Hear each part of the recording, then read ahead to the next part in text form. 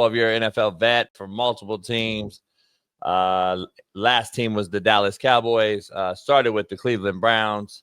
The pride of Jacksonville, Texas. My main man, Luke McCown, joins the show. Luke, what up, brother? What's going on, guys? Hey, look, we're having some fucking technical problems, and we're cutting in and out, and it's not our fault. It's some sort of streaming issue, so we apologize ahead of time, man. All good, all good. Hey, how's it going, brother? So what do you got going right now? What are you doing? You got your hands in what fire? Well, raising a bunch of kids. I've got 6 kiddos, and so I got everything from a 20 redshirt freshman in college down to a 6th grader. So they're all into sports, all into everything, dance, volleyball, track, football, you name it. So our nights are pretty full, and but we enjoy it, man. It's you only get to do this once, so we pour into them as much as we can. So was your idol Phillip Rivers or what? Yeah. Listen, I always say this. I said, and I know Philip. We've joked about this before, but I'm not Catholic. Philip's Catholic. I'm not Catholic. I just, it's just how the wife and I get down. So. Love it. No, brother. Man, so let me ask you right out the gate. I just got to ask you right out the gate. We've talked. Where are you at with the current landscape, man, and what's going on? You said you got a 20-year-old in college, and what are you seeing right now, man? The Wild Wild West is probably an understatement. It's nuts. It really is. I mean, the days of traditional recruiting are long gone. The pool of opportunity for high school players is getting smaller and smaller because of the portal, right? And I'm not against the portal. My son, the D2 quarterback, he was at Limestone University with Mike Furry and Jericho Cotry in Gaffney, South Carolina. Their school went insolvent literally about 2 months ago, and so the whole team had to transfer. So the portal, there's a space for it, right? There's a space for it. My oldest nephew, Josh's oldest son, went from Colorado to UTSA. There's a space for it. Not saying there's not, but there's got to be some amount of, is it a one-time deal? Do we sit out? Like Josh was a transfer from SMU to Sam Houston State. And that was back in the day where if you transferred down, you could play. But if it was a lateral move, if you went D1 to D1, right, you had to sit out a year. I don't know what the problem is with that. And I get it. I get it. Coaches can make moves and they don't have to stop coaching for a year. Players want the same deal, right? So the landscape is changed dramatically. But there's got to be some amount of regulation to this because it's the wild, wild west. The other thing that I really don't appreciate is uncommittable offers, right? Like how we're going to offer a scholarship to a kid, say, hey, we really like you. Hey, we're going to offer you a scholarship. And then 2 months later, 3 months later, he goes through the process, whatever. He gives you a phone call and I want to commit. And you go, well, we're actually not going to honor what we offered you. We're going to go in the portal or some other direction. So I just kind of go, man, to me, it's a little, if you believe in him, if you've evaluated him, if you look at him and you go, he's a player that we want to invest in, then stand by what you think. Don't wait on somebody else to offer. Yep. Don't go, well, if he reaches, 3 or 4 more offers or another division offer or whatever, then it'll become committable. Oh man, that's bull crap, dude. If you're gonna tell a kid you like him, stand by it. Yeah, I agree with that 100%. Let me ask you this then. So like I'm a solution based guy. I like to find an answer to every problem.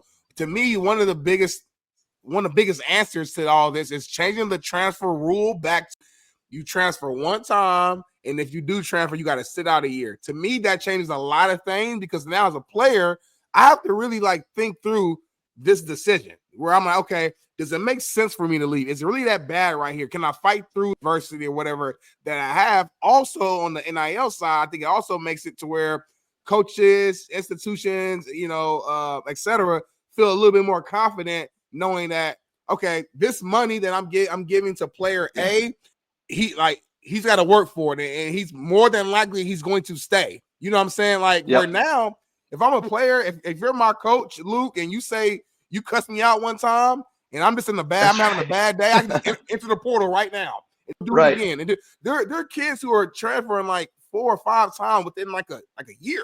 It's I just don't get it. So I guess I'll say all that to say, what are some solutions that you see to clean this thing up some? Yeah, listen, I mean, so I 100% with the the transfer rule and the rule that says, hey, you get a one-time freebie. The next time you got to sit out. You don't get to play. 100% with that. The other thing is this: how is NIL being tied to these kids are getting contracts coming out of high school, and you got to give that money back. Sorry, you transfer, you're gonna have to hand it back. Yeah. Because these boosters and the NIL deal is a whole nother man. I would have made a lot more money in college than I made in the NFL if NIL was the deal back then, right? Yeah. And so, I look at it and go, man, these boosters and these alumni and the electives that are paying into this thing are just bleeding money. I mean, look at the kid from Tennessee, Nico, right? Whatever his deal was, some $8 million coming out of high school, whatever the deal was, and that's stretched out over a presumed 4 years. And I don't know, I may be giving wrong numbers, so I'm not speaking with facts here. But when he says, man, I need more money, or I'm gonna sit out, or I'm gonna transfer, that money go back into the collective. You don't just get, because they're paying into this thing thinking that you're going to be a part of our program, you're bringing in fans, you're helping build the university, all the different things that come along with it. That's the whole point of NIL, is that compensating you over the top for what you're doing for the university, right? And how you're bringing in money on Saturdays when 100,000 people fill the stadium. That's why we're compensating you extra. And the moment you leave to do that, well, I need to get some of this back. Yeah. It's no different, right? It's no different. These young kids want to be treated like professionals. Got it. I don't have a problem with it. But if I was under contract, and we've seen it plenty of times, right? You're under contract in the NFL and you retire early, they're going to say, I need some of that money back. I need some of that signing bonus back. You didn't complete the contract. Yeah. You retire with 3 years left in your contract, get some of that back. We're going to try and recoup that. So I think there are ways to go about it that makes sense. And again, that will kind of help push the brakes on these young men that are just kind of jumping from place to place. I understand if it's a leg up. Okay, if we're going to treat it like a free market, and Dylan Gabriel goes from Central Florida and Oklahoma says, hey, we're going to give you this amount of money to come play here, I got no problem with it. Right. That's the way the world works. I'm gonna bid this job out to the guy that does the best job, and I'm gonna pay him the most. That's the way the world works. I got it, no problem. But when we just jump from ship to ship just because, I'd rather go over here. Well, you got to give some of that money back then. Hey, if it's a lateral move, then I just think that's the right thing to do. Luke, let me ask you how much does the NCAA, who I call the non-caring assholes of America, how much do they got involved? How much of that to do with this? Because they're not paying anybody. They continue to wiping their hands clear. They play the judge, jury, and the executioner in all of this. Right. And you mentioned give back the collective. See, if they handle their business correctly, then they should be able to be the one to take the money back or what have you. If they really had thought this out, in my opinion, this is not a well thought out process. Just like adding more teams to this current 12-team playoff thing that I think is a joke. They don't think shit out, and I think they just throw shit at the wall. And I think now the collectives are involved. They're still wiping their hands clean. They don't have anything to do with money. Coaches have a buyout in their clause. They got to pay money back. They go from SMU to A&M. They got to pay dollars back. They got to pay money back. The kids need to do the same thing. They say they're grown and don't call me, I'm a grown man. Then motherfucker, pay back the money then when you leave. So I agree with you. The NCAA is losing this battle real bad here. Yeah, listen, it's the way it goes when there's no regulation, when there's no there's no rule book to follow. They just kind of make decisions on a whim, right? And so it opens up. You see the same thing, and you probably know it better than anybody. You see the same thing in junior college, right? They gave the quarterback from is it Vanderbilt a whole nother year. Diego Pavia. They gave him a whole nother year. Yep. Just because he went and played JUCO for a year. Okay, well, why are you doing that? Is it because you think like junior college is a developmental league? Well, a lot of these kids think Division II is a developmental league for them. So are you going to give them a year? You just make decisions willy-nilly that affect the landscape. And the problem is you're going to have all kinds of lawsuits come down the pipe because now every junior college player in the country is going to want another year. Right. They all are. What they all are. And you can't tell them no, you're going to be sued crazily. Look, and you know damn well you played with JUCO players when they come to play with you in college. I'm sure you've had JUCO transfers that came to play with you. We had 41 guys go D1 every year at minimum when I was the head coach on Netflix, and I've had 7 first rounders in my career. Yeah, and one of those kids, Jermaine Johnson, was a first rounder. We had all transfers. They were all Power 5 transfers for the most part. Right. It's not like they weren't playing against big time talent. So it wasn't D3 football or NAIA or to me, JUCO's the next best thing other than Power 5 as far as talent goes. They're just we're just a bunch of misfits, you know. I don't believe Aaron Rodgers, Chad Johnson, Steve Smith, Cam Newton would say, oh yeah, give Pavia his year back. No, we all have talked. No, we played our JUCO years. That was it. We played our years. We went to college, and that was it. Why are you getting the special shit? The shit doesn't make sense. And Luke, and full circle this discussion. The kids now are going into college, 25, 26 years old, which I'm going to get to in a second. As quarterback position, to me, worse and worse and worse. No question. No question. Listen, the ability to play. You look at Dylan Gabriel started 63 games. 63 games. I started 43 straight college football games at Louisiana Tech, and I thought that was a lot. And I look up, man, these guys got like 2.5 whole seasons on that. That's nuts. And so it does. I mean, here's what I think is coming down the pike with all of it, and you kind of see it already. You kind of see it already with, I think Kentucky was the first to do it, where they made their athletic department a private corporation, LLC, right? And what that's going to do is open up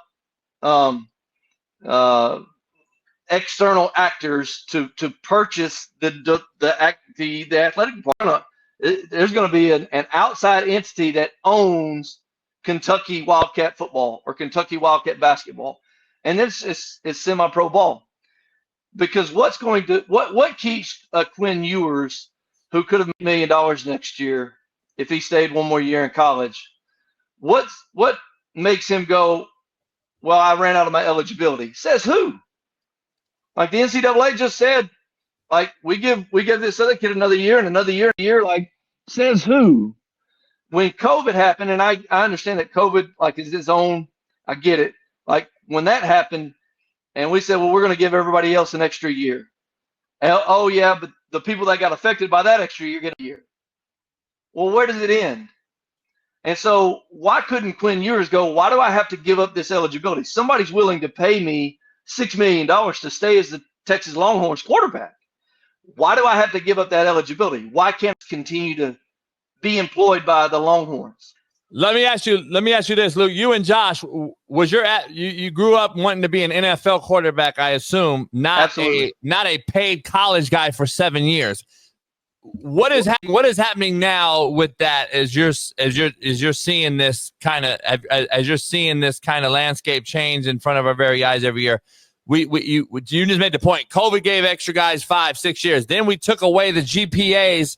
SAT equivalency in high school to be a qualifier. You didn't have to be a qualifier no more. Don't have to be a qualifier anymore. So COVID cleared the GPA equivalency with your SAT score. Took the score out. Like, what are we doing? So they just kept giving you a leash, more of a leash, and now it's coming back to bite us in the ass, I believe. Yeah. That's what it's doing now is made it so bad. Our blood life, which was high school recruiting, junior college recruiting, has now become the portal, and now high school and junior college is suffering, and we're losing the gyms in the rough. That gym that was out there that we could have gotten in high school or JUCO is now being lost because we're not even looking for them no more because we're in the portal, moving around in the portal, trying to get the next best. Man, crazy. And you don't even have to be a good player anymore to be a top paid guy. Right. And it's but like going back to Quinn Ewers, like if he I'm sure he saw himself more like a 3rd or 4th round pick, maybe whatever, not 7th round or whatever. But if he looked at himself and went, I'm only going to get picked in the 7th, I'm going to be making minimum, $500,000, $600,000, $700,000, whatever the minimum is now. I'm going to be making that for the next 3 years of my crack. When I could have been making $6 million for the next 3 years at Texas. Yeah. Why wouldn't I stay there? And so it's changing. Because it used to, man, I'm going to work my tail off. I'm going to try and be the best at the college level so I can get drafted higher in the NFL because that's where more money comes from. Like I can get paid then. And now it's like I said, I would have made more money at my true freshman year at Louisiana Tech as All-American. I would have, been offered more money. My dad wouldn't let me say no to it. Right. Right. It would have just been one of those things. And so you don't even have to be a good player anymore. I posted this. This was right after the football season when Carson Beck went to Miami, and he's getting $4 million. Right? He was by all accounts bad before the injury at Georgia. Bad. And I watched it. It wasn't good. Like Kuiper and all these other guys that had him as the number 1 pick. I didn't see it at all. And on top of that, he played bad. And then he got hurt. Where in NFL free agency have you seen a guy that's heading into a free agent year, play bad, get hurt, and then up his contract the next year? Great point. That don't happen. Yeah. So we've got it backwards, and we're teaching guys that you don't have to be a good player. You don't work your tail up to be a good player to get paid, and it's really hurting the product. That's a great point. Did you play with Kyle Turley in New Orleans? No. He was out before I got there. Kyle's a good friend of mine. He's down in now, and he commented yesterday on an Instagram post that I made about this particular thing. And we got one of our guests, Tank Johnson, who played for the Bears a long time and played other places. He commented too. He's this with me. Kyle Turley agrees, but he was like, there's no way that college players should be making more than NFL rookies. Correct. And he mentioned that I thought it was a good point. He was like, listen, because Smitty and I debated this whole this kid who's holding out as a rookie first round pick for the Bengals. Yeah. Apparently, this morning he left camp, so he's totally out of the building now. To a report I just saw, but so Kyle was like, it's a problem because there's no college player making more than an NFL rookie, especially not a first rounder. So this needs to be fixed by the NFL on that side. If the college game's going to continue to climb with these collectives and all these endorsements, the NFL's got to shit or get out the pot too. Kyle mentioned, he's like, hey, you better pay these guys now. They're NFL players. Like, this is the NFL. Or you're going to get guys staying in college, to your point, 6-7 years because they're making more than a rookie. Yeah, they are. And I don't pretend to a lot of stock in, at least for right now, in how the Bengals are doing business, because they should be paying Trey Hendrickson, right? Like, he should be getting paid. Like, that's a no-brainer. The guy's led the league in sacks 2 years. He's been at the top of the leaderboard in sacks for the last 5 years. Like, that dude should be getting paid top dollar, if not the very top dollar. And that negotiation shouldn't be hard to get done. So, rookie contracts, I don't know what Stewart's asking for. I don't know what, the languages that get into these contracts are sometimes kind of weird, and it revolves around incentives and everything else. But rookie contracts, now the whole point of rookie wage scale a couple of years ago was to make this easy. Yeah. To make it easy. Here's where you're slotted. Here's where you were drafted at. we're going to get this done so you can be a part of training camp, right? So you can be part of mini camp and OTAs in the summer.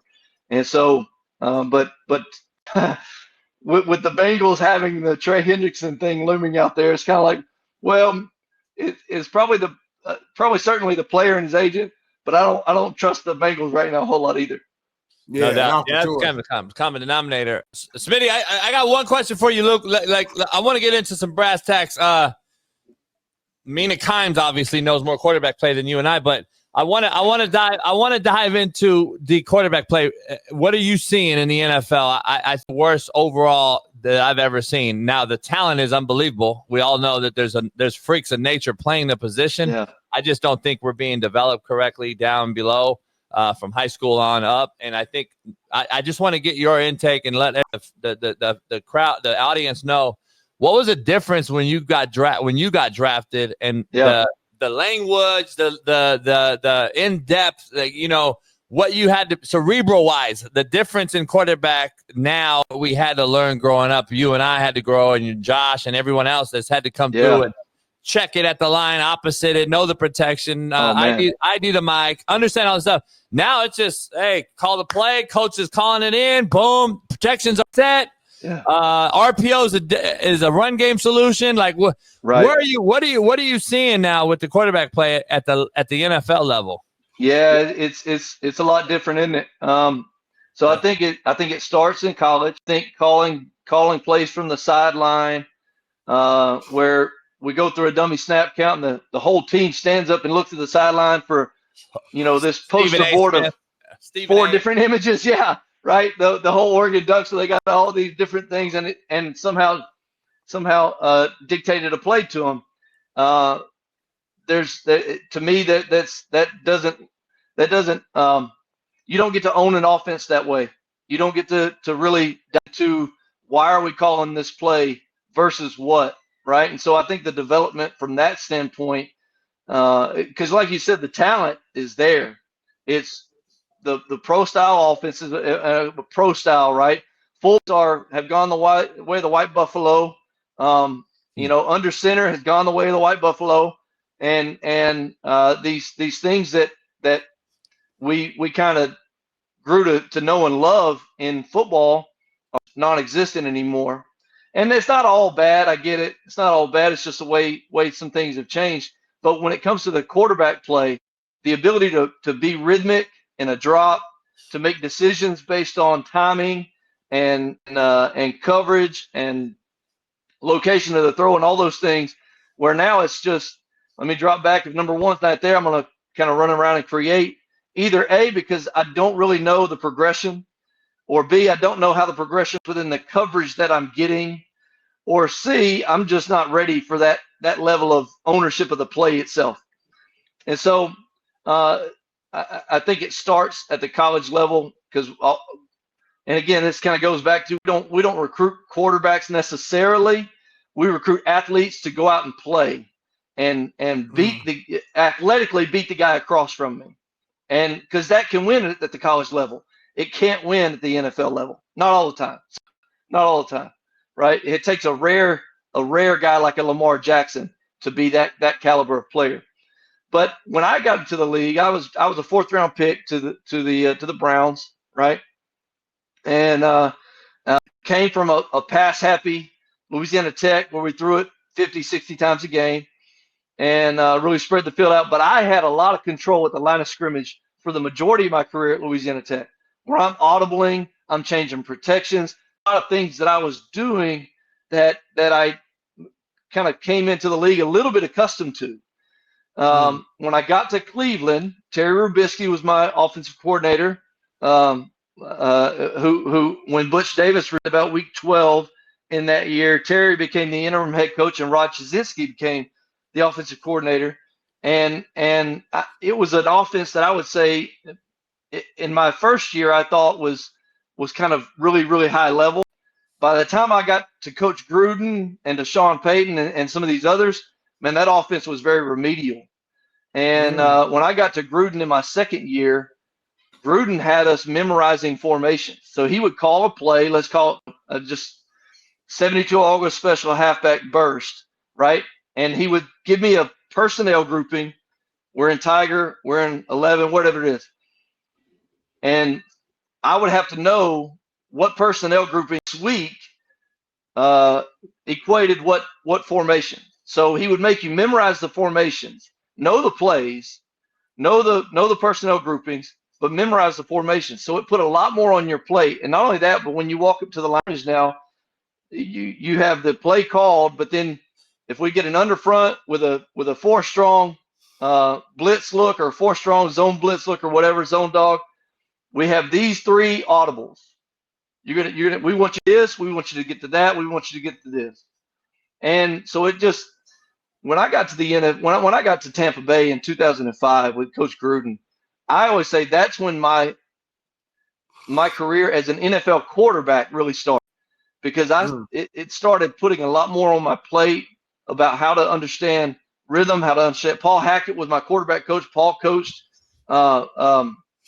with Bill Walsh in San Francisco, Coach Joe Montana, again at Kansas City. And so his understanding of the West Coast offense, the rhythm it takes, the coverages, the timing, all the different things. And then Gruden with how hard he is on young quarterbacks and requiring so much information in such a small space. And I saw the game from a completely different lens than what I thought it was going to be, even when I got there as a rookie. And so I think that's missing. And completely, I think there are guys that do it. I think Pat handles a lot at the line. I think Andy gives him 2 or 3 different options at the line. But it's you definitely see a trend of, and I'm not picking on Caleb Williams at all. His comment about not understanding how to watch film as a rookie, I don't know that it's necessarily the coach's job, like to sit you down and sit beside you. Now, as a number 1 overall, the investment that you're making as an organization, sure. Hey, we want to make sure this guy, but that should be kind of meted out through the evaluation process. Like, can he study? Does he understand what to study? If he doesn't and he's still got the talent, yeah, I'm sticking number 1. Yeah. And then I'm going to make sure we've got a coach right there with him that's kind of helping him go. But man, can you imagine Peyton Manning or whoever, previous number 1 overall picks coming out going, I don't know how to watch film. I think the game has just changed from the college level to the NFL level so much. Let me ask you. Kurt Warner said exactly what you just said. We're going to try to get Kurt on the show, and I talked to Kurt personally, and he was like, "Dog, the same thing's happening. I don't understand why we're having to force feed you." Right. Are we failing these youngsters? Are we failing them though at the college level? Did Lincoln? Let's just say I'm not going to say he failed them, but I'm just asking, why doesn't this kid know how to watch film from Riley though? Like, this is where I keep going back to with Smitty. I'm like, we're failing these quarterbacks, man, at a high level, because there's no way in the world my quarterback's not going to be able to understand what we do on Monday versus Tuesday's off. I know you guys, Tuesday was your off day. I'm sure you were already doing, blitz beaters or first down install for Wednesday's cards, for the defense dummy D. I don't understand they don't understand this at all. I don't get it. Yeah, listen, I mean, I don't know a ton about Lincoln's offense, but what little I do know, I don't think there's a whole lot of carryover to the NFL game. It's pretty well one-sided from what I do understand. And again, I don't pretend to know it all, but what little I've heard, I think it's pretty one-sided. In other words, we're going to work this side of the field, and that's it. Well, you can only put so many players on one side of the field. And if it ain't there, then what do you do? And you run around, right? And so there's not when you're the better athlete, and Caleb was, and a lot of this is not necessarily just in speed and all that, but just his feel for the game. That won him and coaches a lot of games just from, I don't have to read this. I don't need to see it. I don't really need to understand the timing of it, because if it's not there, I'll just move around and make plays. So, but how do you fix that, right? Coaches are going to call the plays that they feel work, and they're going to recruit the players that they feel work. I just think when we make college football the end-all, be-all, and I love college football, but the ultimate game is the NFL, right? When we college football the end-all, be-all for these kids, and they think that this is the pinnacle of football. Again, some guys are getting paid more than some NFL rookies are getting paid. Then they're okay playing at that level. They don't push themselves to go, I need to know more about the game so that I can see it the way that Lamar sees it or Joe Burrow sees it or, CJ Stroud sees it. I need to see the game the way those guys see it, because that's the ultimate goal. It's not to be, the highest college quarterback. I'm trying to be the number one pick in the draft. No doubt. No, for sure. No, I got this one kind of final question. This is more so on like the current news side here. Aaron Rodgers officially signed with the Pittsburgh Steelers. We're looking at this as being probably either his last season or potentially another year after this. But looking at where the Steelers, where they're at, we know that Mike Tomlin's a hell of a coach. Yeah, hasn't had a losing season, but at the same time, they haven't won a playoff game, I think, since 2016. Haven't been back in Super Bowl in like over a decade. What are your expectations for the Steelers and Aaron Rodgers this season? I think they're going to. I think they'll be better than what they're projected as, right? And they think they're going to be better that way as well. They just paid DK Metcalf $30 million, bringing in Aaron Rodgers, right? What I'm interested to see is how this alpha personality that has seemingly been a coach killer, right? The last couple of years, outside of Saleh, he's had an offensive minded head coach, right? Yeah. Outside of Saleh with the Jets. So now he's back to a defensive minded head coach. I'm just curious how that's going to work out. And I think that relationship will tell you a lot about how the season will go. I think Arthur Smith will dial it up for Aaron. However, Aaron wants it to be dialed up. And why wouldn't you? He's a 4-time MVP. Guy that's won a Super Bowl. He's still got a lot of life left in his arm. I don't know how much is left in his legs, but I don't know. We'll see. I think they'll be better than what most people will give them credit for. This shot. I still think it's the Ravens. It's the Ravens division for sure. Yeah, no question. The Bengals are right there. Joe's got to stay healthy. And now, listen, the Bengals got other issues like contract stuff, right? They've got a lot of money invested in Joe and two receivers, and so I don't know. It'll be interesting to see how Pittsburgh really fills itself out. Pittsburgh's a blue collar town, right?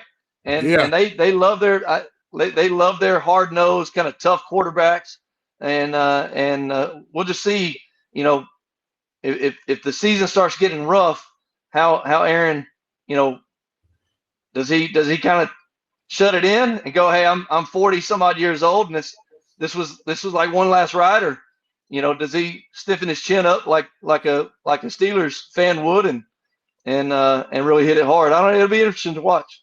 Yes, it will. Yes, it will, man. No doubt. Look, we appreciate you, man, for hopping on, man. Yeah. And again, apologies for this stream doing this weird stuff. It's not, like I said, we don't know what's going on with that, but all good. Gave us some great answers, some insight, and hopefully we can have you back on, man. Yeah, we'll have to do it again. Man. YouTube's down. I don't know what's going on. Everything's all fucked up, man. I don't know if it's Mina Kimes or Kamala Harris. I don't know who it is, man. Hey, I appreciate you, man. Look, we'll have to do it again. It, man. It sucks. Yeah. I appreciate you. I'll talk to you soon. Thanks, Coach. That was awesome. Appreciate you guys.